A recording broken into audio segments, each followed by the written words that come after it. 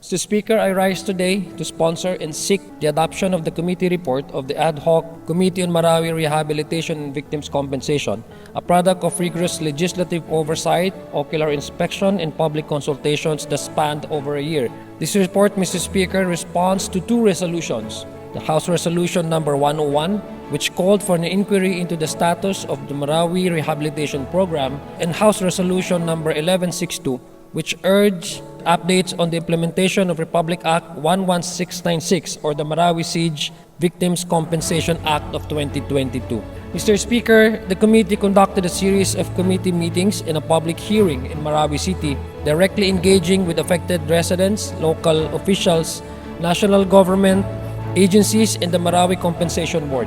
We visited the most affected area, observed conditions on the ground, and listen to the urgent concerns of the internally displaced persons or the victims of the Marawi siege in 2017. Mr. Speaker, our findings paint a mixed picture. On the one hand, there has been a notable progress. About 90% of allocated funds have been released. Core infrastructure has taken shape and compensation payouts have begun. On the other hand, serious gaps remain. Unresolved land disputes, limited access to water and electricity, and continuing delays in both temporary and permanent shelter delivery. Coordination, Mr. Speaker, among the 35 involved agencies remain a challenge.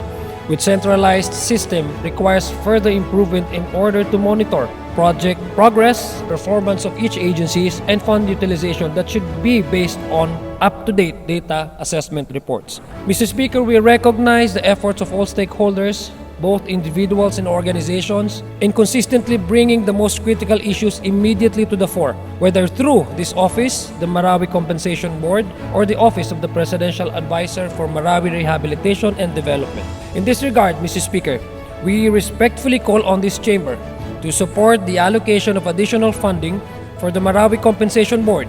The board has made meaningful strides in compensating eligible claimants, but the number of validated applications continues to rise, underscoring the urgent need for sustained and sufficient financial support to ensure that justice and restitution reach all eligible victims of the Marawi siege. Our recommendations, Mr. Speaker, therefore, are clear and pragmatic. We propose amendments to RA 11696 to ease documentary burdens on claimants. We also urge the passage of enabling legislation to institutionalize the Office of the Presidential Advisor on Marawi Rehabilitation and Development, which has served as a crucial coordinating body. We call on, Mr. Speaker, for improved digital monitoring systems, regular performance reporting, and targeted support to struggling utility providers like Lasoreco and Lua. Critically, Mr. Speaker, given the scale and complexity of the remaining challenges and the clear need for sustained congressional oversight and stakeholder engagement, I respectfully urge this body to adopt the committee report and, most importantly, Mr. Speaker, to support the extension and continuation of the Ad Hoc Committee on Marawi Rehabilitation and Victims' Compensation in the next Congress. The work is far from done, Mr. Speaker, and we owe it to the people of Marawi to see this effort through until the promises of justice, recovery, and dignity are fully realized. Mr. Speaker, Marawi's story is not just one of destruction. It is a continuing story of hope, justice, and rebuilding. But the success of this rehabilitation will be measured not just by structures built, but by lives restored, families resettled, and dignity returned to those displaced.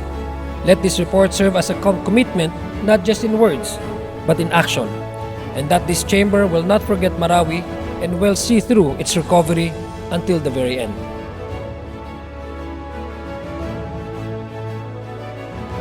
Papasalamat din tayo dahil for the first time, this is actually the first Congress, under 19th Congress, it's actually the first time since the war broke out, since Marawi siege, na yung si Speaker nagkaroon ng Ad Hoc Special Committee, Ad Hoc Committee on Marawi Rehabilitation and Victims' Compensation to specifically mag-monitor, mag-supervise, focus sa Marawi Rehabilitation under Speaker Martin Romualdez.